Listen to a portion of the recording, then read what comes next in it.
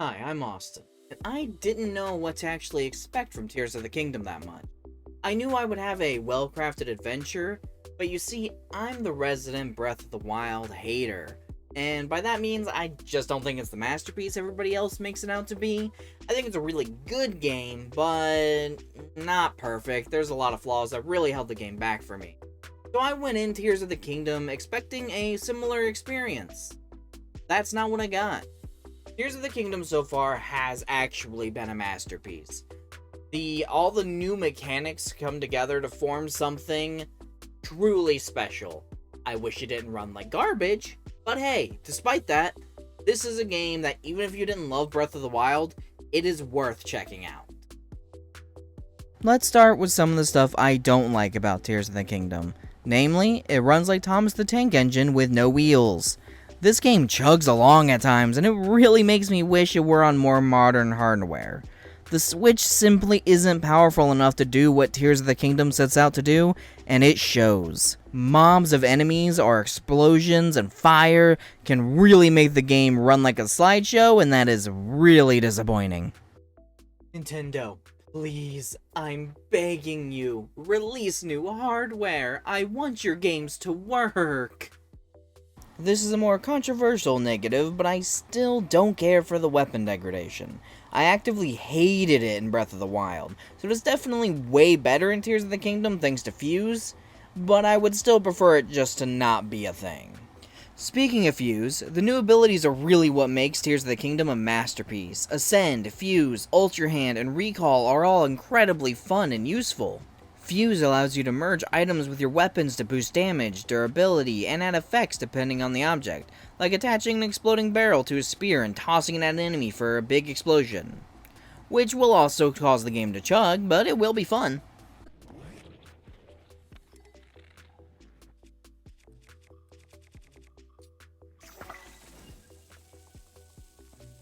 I didn't mean to, light it here. Whoa! That was a bigger explosion than I was anticipating. Woohoo!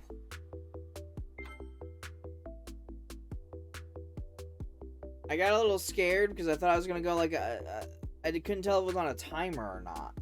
Ascend does what it says, allows you to go up. You rise through solid ground like the new Christ figure Link is, and frankly it is far more impressive than walking on water.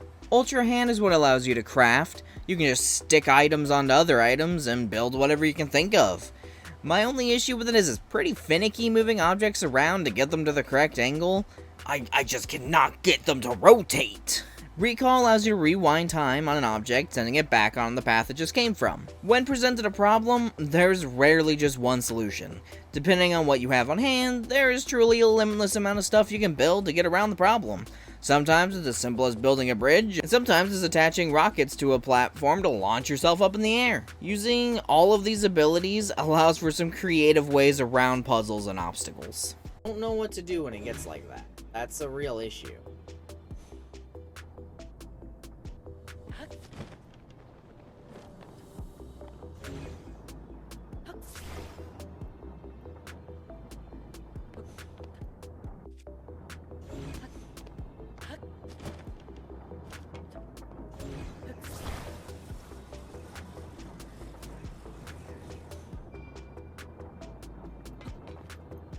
I hope I didn't touch enough solid ground.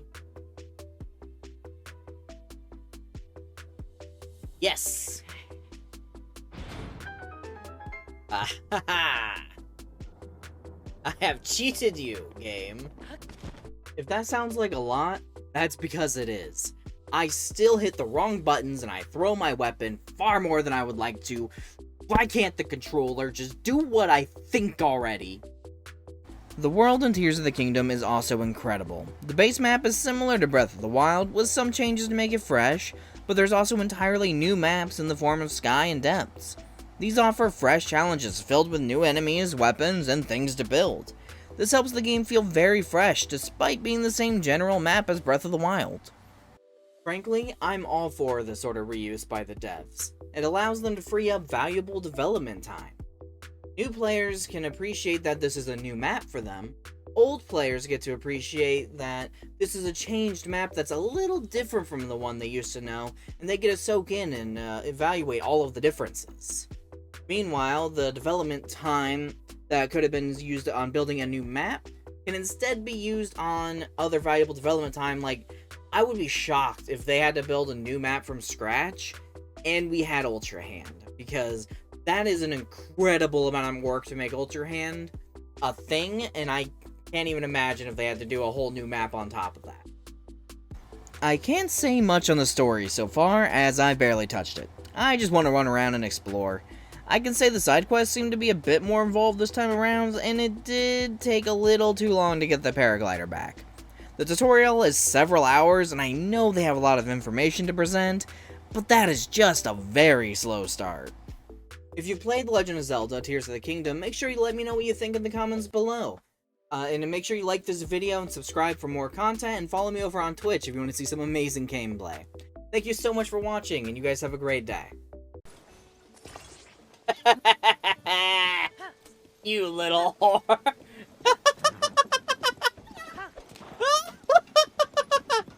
I'll get you to your friend, alright. Oh, you're gonna get there. Oh, you comfortable? You having fun?